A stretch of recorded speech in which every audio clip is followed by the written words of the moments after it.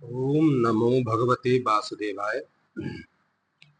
कार्तिक मास की महिमा। कार्तिक मास का स्नान, प्रारंभ एवं पालनीय आवश्यक नियम। ध्यान से सुनिए।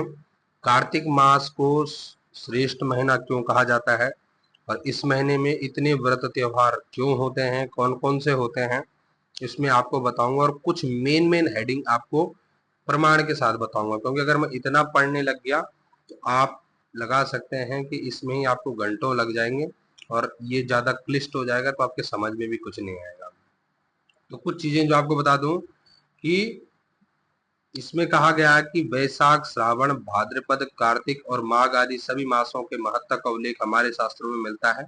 इन महीनों में स्नान, दान, जप, ध्यान और भावात्मक पूजा, प्रभु भक्ति आदि करने का विशेष महत्व है उसमें जो है। परंतु पद्म एवं स्कंद आदि पुराणों में कार्तिक मास को विशेष रूप से धर्म, अर्थ, काम, मोक्ष का प्रदायक कहा गया है।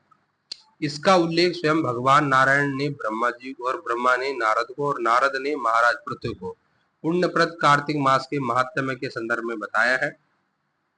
स्कंद पुराण में इस मास को रोग विनाशक, सद्बुद्धि प्रदान करने वाला, पुत्र, संतान, धनादि का साधक और इसमें साधारणता द्वारा जो है सदाचरण दुखों से मुक्ति कराने के लिए ये सहायक माना गया। और कार्तिक मास में अगर कोई जन्म लेता है तो उसकी कार्तिक शांति इसलिए करानी पड़ती है क्योंकि कार्तिक मास में सूर्य जो है तुला राशि में आ जाता है और तुला राशि में सूर्य नीच का हो जाता है, इसलिए कार्तिक शांति करानी पड़ती है। इस अन्य प्रसंग में कहा गया कि कलयुग में कार्तिक के समान कोई दूसरा मास नहीं, वेदों के समान कोई शास्त्र नहीं, गंगा जी के समान कोई तीर्थ नहीं। न कार्तिक मासो कार्तिक समो मासो कृतेन शम युगम वेद सदृशम शास्त्रम च तीर्थम गंगया संगम। स्कंद पुराण में कहा गया। पुराण में अन्यत्र कहा गया कि कार्तिक मास भगवान विष्णु के समान ही दुर्लभ और श्रेष्ठ है। कार्तिक मास का स्नान और प्रारंभ। कार्तिक मास प्रारंभ संबंधी 3 अलग अलग परंपराएं, तिथियां प्रचलित है। सामान्य रूप से सूर्य नारायण तुला राशि प्राय 16-17 अक्टूबर में प्रवेश करते हैं, तभी सौर कार्तिक मास का प्रारंभ होता है। मतलब हर साल में 15, 16, 17 के बीच में जो है सूर्य जो है तुला राशि में प्रवेश करते हैं। तो कुछ लोग संक्रांति से मानते हैं, कुछ पूर्णिमा से कार्तिक मास मानते हैं। तो पौराणिक परंपरा अनुसार अश्विन शुक्ल पक्ष की पूर्णिमा, अश्विन शुक्ल एकादशी से, शुक्ल पक्ष की पूर्णिमा के अगले दिन से, जिसको आप शारदीय जो है शरद पूर्णिमा कहते हैं, उसके अगले दिन से कार्तिक मास प्रारंभ हो जाता है। इस साल 2025 में जो है कार्तिक मास 8 तारीख से प्रारंभ हो जाएगा, 7 तारीख से। तो आप ध्यान से समझते हैं कि कार्तिक मास की पूजा क्यों करते हैं, उसके क्या फायदे हैं। सबसे पहले कार्तिक मास संबंधी कुछ मुख्य नियम कृत्य। कार्तिक मास में नंबर 1 जो है कार्तिक मास पर्यंत दीपदान करने की विधि है। कब करना है जी दीपदान? सुबह सूर्य उदय से पहले और शाम को जो है सूर्य अस्त के बाद। आकाश दीप भी इसमें जलाया जाता है, यह कार्तिक का सबसे प्रधान कृत्य है। ठीक है। दूसरा, कार्तिक का दूसरा प्रमुख कृत्य तुलसी पालन है। तुलसी वन पालन है, तुलसी का पालन करना है, तुलसी की पूजा करना है। वैसे तो कार्तिक में ही नहीं, हर मास में तुलसी का सेवन कल्याणकारी होता है, किंतु कार्तिक में तुलसी की आराधना विशेष महिमा। एक और आयुर्वेद शास्त्र में तुलसी को रोग हर कहा गया है, वहीं दूसरी ओर यह यमदूतों के भय से मुक्ति प्रदान कराती है। भक्ति पूर्वक तुलसी पत्र अथवा मंजरी से भगवान पूजन करने से अत्यंत जो है लाभ मिलता है, अनंत लाभ मिलता है। कार्तिक व्रत में तुलसी आरोहण करना विशेष महत्व है। जिसको तुलसी लगानी हो, भगवती तुलसी विष्णु प्रिया कहलाती है। तीसरा क्या है? कार्तिक मास व्रत का तीसरा प्रमुख कृत्य है भूमि पर शयन, जमीन पे सोना। भूमि पर शयन करने से सात्विकता में वृद्धि होती है। भूमि अर्थात प्रभु के चरणों में सोने से जीव भय मुक्त हो जाता है। चौथा नियम क्या है? कार्तिक का चौथा मुख्य कार्य जो है ब्रह्मचर्य का पालन करना है। ब्रह्मचर्य पालन आप जानते हैं, आप समझदार हैं, इस पे ज्यादा मुझे एक्सप्लेन करना नहीं है ना। पति पत्नी से थोड़ा सा आपको दूरी रखनी है जितना हो सकता है, वैसे तो कोशिश करें कि पूरे महीने रखें। पांचवा, विद्वल वर्जन को माना गया है।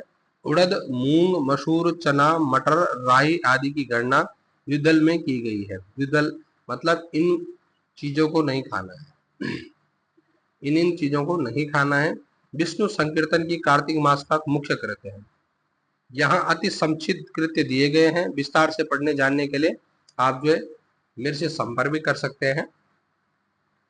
इसके अलावा देवेश्वर दामोदर लक्ष्मीपति समेत प्रसन्नता के लिए मैं कार्तिक मास में प्रातः स्नान करूंगा। आपने ऐसा संकल्प लेना है। आपका ध्यान करते हुए मैं इस जल में हेतु तत्पर अपनी आपकी कृपा से जो है आपकी कृपा से मेरे पापों का नाश हो। आप ध्यान से सुनिएगा। कार्तिक मास में सबसे पहले जो है स्नान, फिर दीपदान, फिर तुलसी की पूजा, भूमि का शयन और द्विदल, इन चीजों का जो है परहेज रखना चाहिए। इन चीजों का आपको परहेज रखना है। आगे समझते हैं। यदि गंगादि तीर्थ पर या जलाशय पर जाना संभव न हो, मतलब नहाना कब है जी, ये भी समझ लो। नहाना तब है जब सूर्य उदय से पहले, सूर्य उदय होने से लगभग, आज जो कार्तिक महीना जो चल रहा होता है वो लगभग अक्टूबर के आसपास होता है, और उसमें आपको सुबह 6 बजे से पहले स्नान कर देना है। और उस 6 बजे से पहले आपने कथा भी सुन लेनी है। कथा बहुत सूक्ष्म छोटी सी होती है, लगभग 5 से 7 मिनट आपको प्रतिदिन एक अध्याय सुनना होता है। तो आगे पढ़ते हैं। यदि गंगा तीर्थ जलाशय पर जाना संभव न हो तो कहाँ नहाए? तो शुद्ध चित्त होकर गंगा जल एवं तिल मिश्रित, तिल को मिलाकर शुद्ध जल से उपरोक्त संकल्प करके आपको प्रतिदिन स्नान करना चाहिए। और गंगा जल से या नॉर्मल जल से भी आप नहा रहे हैं तो क्या कहना है? ओम गंगाए नमः, ओम गंगाए नमः। अर्घदान, स्नान के पश्चात पूर्व मुख होकर प्रथम भगवान विष्णु को, फिर सूर्य नारायण को मंत्र पूर्वक आपको अर्घ्य देना है। अर्घ्य जल पात्र में लाल पुष्प, उस पात्र में क्या डालना है? लाल फूल, गंगा जल सहित शुद्ध जल डाल देवे। भगवान विष्णु को निम्न प्रकार के अर्घ्य दे। भगवान, आप श्री राधा के साथ मेरे दिए हुए इस अर्घ्य को स्वीकार करें। ऐसे करें। हे हरे, आप कबल लाभ को नमस्कार है। जल में शयन करने वाले आप नारायण को है नमस्कार है। ऋषिकेश या अर्घ्य ग्रहण कीजिए, आपको बार बार मेरा नमस्कार है। तत्पश्चात ओम घृणी सूर्याय नमः लघु मंत्र द्वारा श्री नारायण को आपने जल देना है। तांबे के लोटे से सूर्य देव को अर्घ्य के पश्चात पवित्र एवं शुद्ध जल लेकर पुरुष को, देव ऋषि व पितरों को यथाविधि तिल सहित तर्पण आप कर सकते हैं। अगर कर सकते हैं तो कार्तिक मास में पितरों का तिल मिश्रित जल से तर्पण करने से पितरों को अक्षय तृप्ति की प्राप्ति है। अक्षय मतलब समझे? अक्षय उसको कहा जाता है जो कभी खत्म ना होता हो। ठीक है जी। तो इस प्रकार से कार्तिक मास की नॉर्मल सी जो विधियां है जो मैंने आपको समझाई है, तो आप थोड़ी थोड़ी वे में एक एक करके टिक करके समझें। सबसे पहले सुबह स्नान करना है।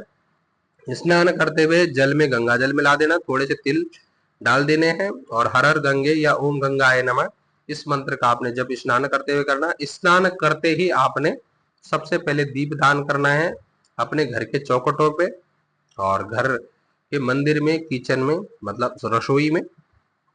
तीसरा, आपने सूर्योदय से पहले कथा सुन लेनी है। भूमि का शयन अगर हो सकता है तो जरूर करें। और इन वस्तुओं का त्याग करना है। पूरे महीने आपने ये खाना नहीं है और ब्रह्मचर्य व्रत का पालन करना है और तुलसी का आपने रक्षा करनी है, तुलसी की पूजा करनी है। ये कार्तिक मास के व्रत के विशेष नियम है। कैसी आपको वीडियो लगी? हर हर महादेव कमेंट बॉक्स में जरूर बताना।